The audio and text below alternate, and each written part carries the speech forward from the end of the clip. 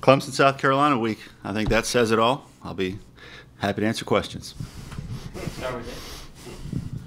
Mark, if you could, how are Noah and Chris going into this weekend? They should be fine.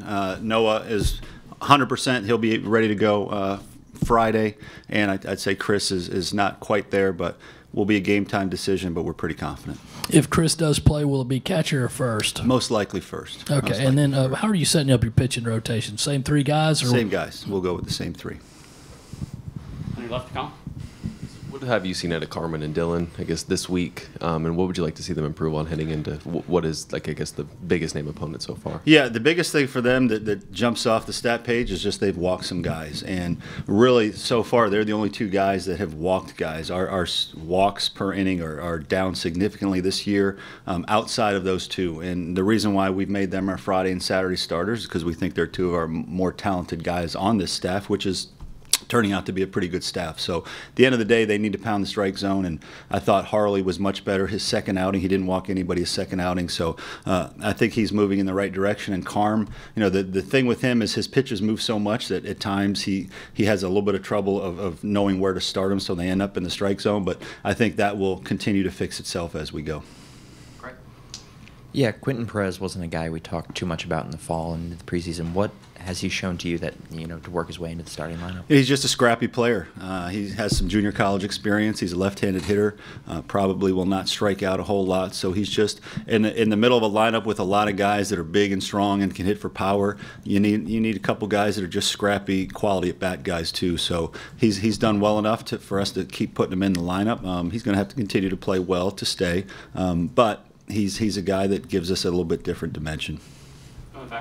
Coach, you really emphasize finding ways. You need to find ways to make yourself better, your team better. What have you taken away these past 2 weeks from your team, and what are you going to focus on going into Clemson this weekend to try and get the win over Clemson? Yeah, I think we've seen a lot of about our team that encourages us in terms of the power and the bullpen, and a lot of the new guys have taken to this level fairly quickly. I think there are things we need to improve on. Our infield defense needs to continue to get better. I think we've had a few more mental mistakes from the new players than we would like, but that will improve as we continue to expose them to what it takes at this level and continue to teach them about the game. I think our starting pitching has a chance to be really good, but it hasn't been as good as it can be yet. So we'll just continue to evaluate and improve and evaluate and improve. That's how a season goes. You see what you're doing, you see what's working well, and you stick with it, and you see where you need to make adjustments, and you make those adjustments, whether it's with positions, whether it's with lineup, whether it's in your rotation. We'll just continue to evaluate what you're seeing and make adjustments that will help you as you go. I think Nick's struck out 14 times over the first 8 games. Just what have you seen from him? And you mentioned Sundays at-bats were a little bit better. How have you seen him kind of improve heading into this weekend? Yeah, he needs to be better. There's no doubt. He knows it. We know it. Everybody knows it. And I think he will. But he's just, I don't know if it's impressing. I don't know if it's them finding, something in his swing that they can attack that we need to then, work on to make sure that they can't do that. He's playing really good defense, been really solid out there at shortstop. So we just need to make sure that he's giving us some quality at bats, which he's capable of. Our pitching is pretty good, and he took some really solid at bats most of the spring. So just a matter of continuing to get him up to speed at this level. Back to right, Jeff. Mark, I'm sure you hear from fans all the time about the importance of the Clemson series, as do all the coaches here. Does that talk and pressure cause you to coach any differently this weekend, or is it business as usual and you do everything the same as you always do? I mean, I know people want to say you do more, and it means more. It means a lot to our fans, and we appreciate that very much. And it means a lot to our players, especially the ones that have grown up in this state. But I'm a believer that if you have to change something this week to try to improve your chances of winning this series, then you're not doing something right on a general basis. So I think we try to operate at the absolute highest level 365 days a year. So to think we have to create something new, I think would be an injustice to how you go about your business every day. Do we want to win? Yeah, absolutely we want to win, and we're going to be very prepared, but I feel like we're that way every week. Coach, that said, I mean, how much pressure is on this team to not only win Friday, but win the series in general, because it is because it is a rivalry series? You know, pressure is how you define it. I think pressure is having to feed your family. I think pressure is dealing with health issues. I think pressure is bigger things in this world. We're playing baseball. It's a great series. It's a tremendous opportunity, and we're going to try to win it. That's it. No more, no less. We're going to try to win it as much as we can, but to put it in the same vein and make these kids feel like there's a lot of pressure. Pressure is the things I just mentioned. This is great. This is a tremendous opportunity, and that's how we're going to attack it. Mark, there's been a lot of, I guess, free bases given up through these first 8 pass balls, wild pitches, what have you. With Clemson being so good on the base pass, how important is it to get something defensively from the catcher position and then overall just not giving them any free 90-feet trips? Yeah, that's one of their strengths of their team is the 22 stolen bases they have, and that's improved for us tremendously as the season's gone on. The first game or two, we were not good in that area. The last 5 or 6 games, it's really solidified there. So obviously that's one of the concerns we have going into the series that we need to make sure we're on top of. So that's important for our pitchers to make sure their times to the plate are in a good range. It's up to our catchers to make sure they block balls and make good throws to throw guys out. So we know that that's a part of their game, and we'll go into it as prepared as we can be. Kind of sticking with that, just what have you seen from Clemson on tape? And I guess Davis Sharp is kind of a two-way player for them. What kind of challenge does he present your team this week? Yeah, he appears to be their most important player at this point. He's been really good on the mound. He's been really good at the plate, and the freshman out of Georgia, that's a good get for them. So he seems to be a really important player for them. They have 17 homers. They have 22 stolen bases, so it's a speed and power team. They don't have any sacrifice bunts, so I think they believe in manufacturing runs by swinging the bat, which is somewhat similar to us.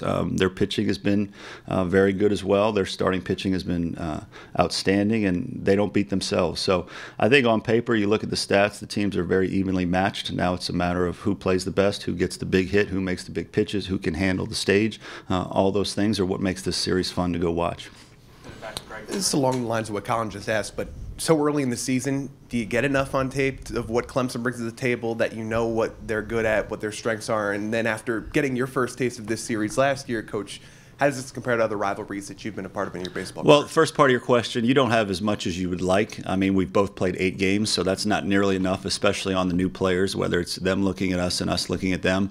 You'd love to have 50 games of video to look at, but we don't, so you just make the best of it, and you combine what the data says, what the video says, what scouting reports that you may accumulate say, and you put it all together, and then you watch the series as you go, and you make adjustments as you go. In terms of the series, I think it's the best series in the country. I don't think there's any debate. I've been a part of Miami, Florida State, which was big. I've been a part of Tulane, LSU, which when I was there was attracting 27,000 people in the Superdome, which was huge. But I think this is number one. Mark, following up with that, after going through the Clemson series one time, and you mentioned some of those other rivalries, have you ever been involved with one where you had 3 games in 3 different venues?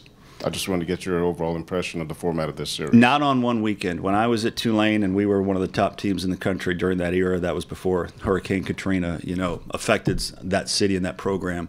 We would play LSU at our place, at their place, and in the Superdome, but they were midweek games. So to have this all in one weekend, I think is a very unique experience. I think it's a tremendous idea. It's a little more travel than you would like in one weekend, but it allows us to take this show all over the state, and they get a home game, we get a home game, and we have a neutral site. So I think it's tremendous. You're right, Hale. With weather Sunday being sort of in question, and I guess that's probably an issue any given weekend, but with the format of the series, what kind of conversations do you guys have about if you have to move Sunday's game, like how would that maybe work? Yeah, well, there was some talk about tomorrow night's game potentially moving up a couple hours, but at this point, we're going to stay status quo and be at 6 p.m. I think Saturday the weather appears to be fine at this point, and then the Sunday weather here, we've already moved it up to noon. I don't think we can move it up anymore, and at this point, we just need to hope Mother Nature agrees with us and allows us to play a baseball game. Would there be a scenario if it had to be that way that y'all play on Monday? Or in the future? this weekend? I don't think so. I don't think so. We have 2 midweek games next week, so it's hard to say we're going to play Monday and Tuesday and Wednesday and Friday and Saturday and Sunday. It's just logistically that's not something I think you can pull off. We'll evaluate if there's anywhere in the future we could make up a 3rd game, but for the time being, I think we're just all going to hope for the best.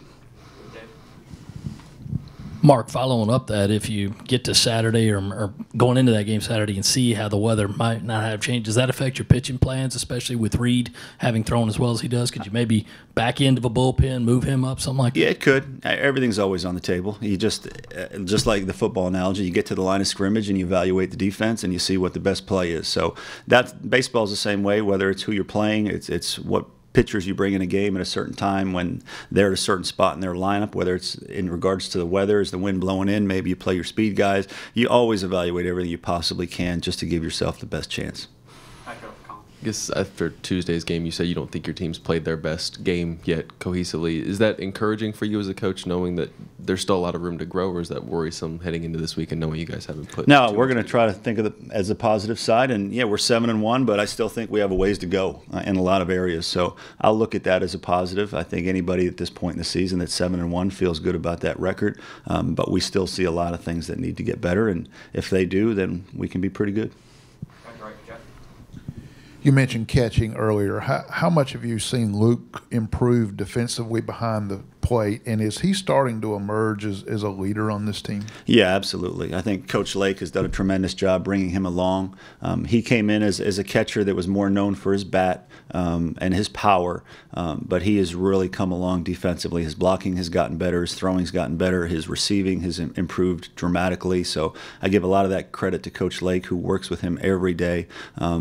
And then on top of that, he's been a tremendous contributor offensively for us. He runs the bases well. He has power. He's driving and runs. So he's been a really nice addition to our program. Anything else for Coach? Got all your questions out last night, Phil? Okay. Thank you. All right, we'll see you out there.